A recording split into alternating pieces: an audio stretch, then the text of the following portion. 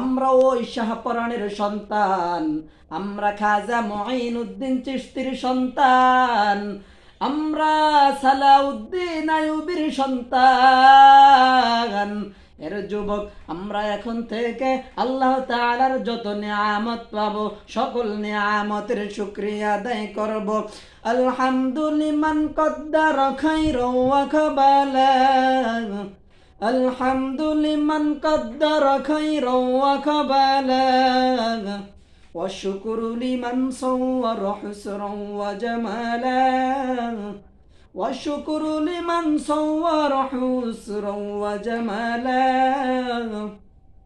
اے سیر ترانان جوئی خوشننمایت، اے سیر ترانان جوئی خوشننمایت، معشوق من است آکے بنز دے کے تو زشتست، معشوق من است آکے بنز دے کے تو زشتست।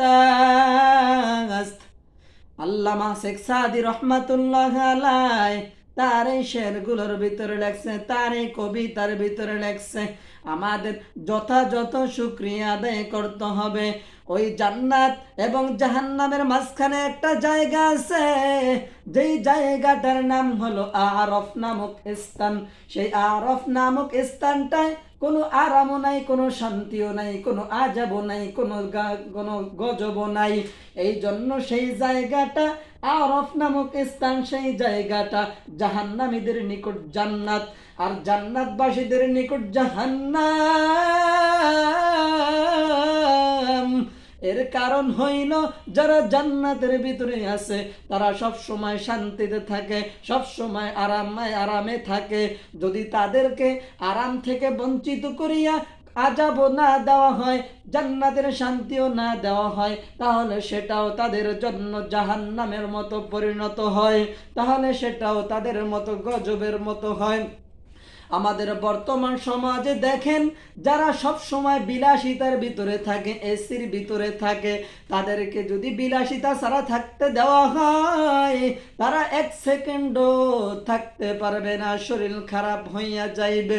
সেই রকম জান্নাতবাসীদেরকে যদি আরফ নামক স্থানে দেওয়া হয় তাহলে তারা মানতে পারবে না। আর যদি জাহান্নামবাসীদেরকে ওই আরফ নামক স্থানে দেওয়া হয় তাহলে দুনিয়ার ভিতরে যেরকম একটা বস্তির লোককে যেরকম আরাম নামক স্থানে যেই জায়গায় দিলে যত শান্তি পাবে, ওই জাহান্নামের লোককে ওই আরফ নামক স্থানে দিলে সেই রকম শান্তি পাইবে।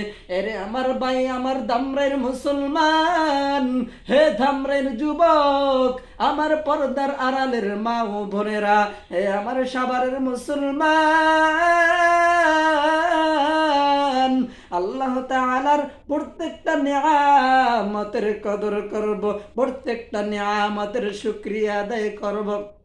আমরা যদি নিয়ামতের শুকরিয়া আদায় না করি তাহলে আল্লাহ পাক রব্বুল আলামিন আমাদের থেকে সকল নিয়ামত উঠাইয়া নেবে। এই জন্য আজ থেকে আমরা প্রতিজ্ঞাবদ্ধ হই রে যুবক, হে আমার কৃষক ভাই,